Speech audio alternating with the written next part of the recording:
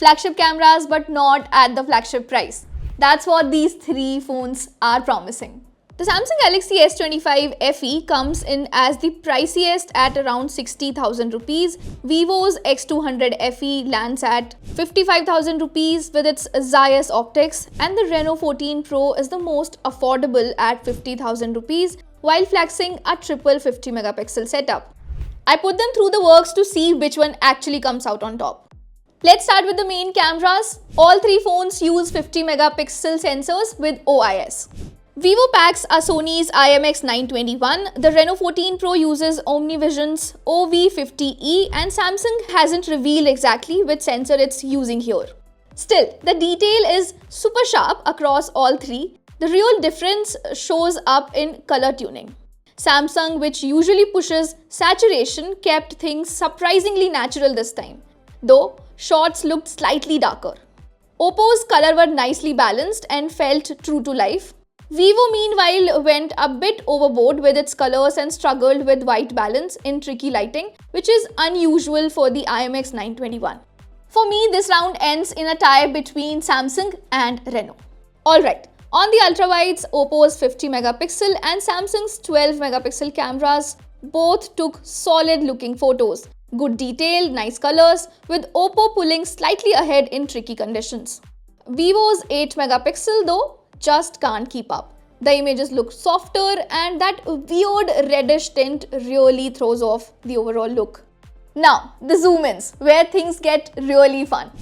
The Galaxy S25 FE has the lowest resolution here, just an 8 megapixel sensor with 3x optical zoom. The Reno 14 Pro steps things up with Samsung's 50 megapixel JN5 at 3.5x optical, while Vivo uses a 50 megapixel Sony IMX882 periscope at 3x. So three very different approaches. Which one's the best?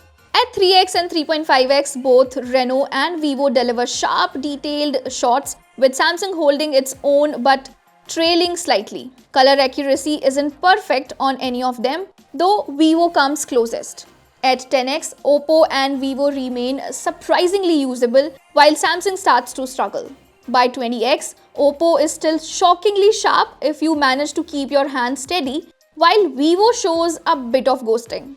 Samsung at this point has basically given up. For fun, we maxed them out. Oppo hits 120x, Vivo 100x, Samsung 30x. So no contrast here. Oppo absolutely owns the zoom game. Low light is where Vivo redeems itself completely. The main camera shots are packed with detail, the colors look fantastic, and brightness is perfectly balanced. You hardly notice any noise or flaring. Oppo meanwhile has the noticeable green tint at times, while Samsung ends up too dark. I tested one tricky scene just to see how they would handle it, and Vivo absolutely nailed it. The shadows were solid, the highlights were in control, and even the text on the backlit boards were perfectly legible. Reno comes in second while Samsung falls way behind. A special shout out to the Aura light on the X200 FE. It might not always work, but it is a fun way to add character to your photos. Moving to the ultra-wide cameras, all three produce dark shots, but Vivo still manages the cleanest result. Pulling back detail, the other two completely miss. In zoom, Oppo and Vivo both deliver solid results, but Vivo's stage mode stands out and delivers solid results. Let's talk videos. Both Vivo and Oppo shoot 4K at 60 fps, while Samsung even goes up to 8K at 30 fps. For this test, we stuck to 4K 60 fps with HDR off to keep things fair, even though all three can shoot HDR. All three look good, but Oppo takes the win for color and dynamic range, even if it sometimes blows out the highlights. Stabilization is also best on Oppo. Vivo comes around second and Samsung feels the weakest here. In low light, Oppo again is easily the most balanced. Great detail, proper exposure, and natural colors. Vivo struggles with a green tint, while Samsung over brightens and looks too cool. Moving on to the front cameras, Vivo and Reno bring 50 megapixel sensors, Samsung sticks with 12 megapixel. All three come with autofocus. Samsung nails color accuracy and dynamic range even if the shots are a bit darker. Oppo looks solid but adds a red tint to the skin while Vivo underexposes. In portraits, Samsung and Oppo are pretty sharp with good edge detection, but Vivo wins on bokeh. Portrait mode is where Vivo really shows off thanks to its partnership with Zeiss. Colors look fantastic, edge detection is spot on, and the bokeh actually has character, especially when you go to 3x and beyond. There's a nice natural roll-off in the blur that makes portraits look natural.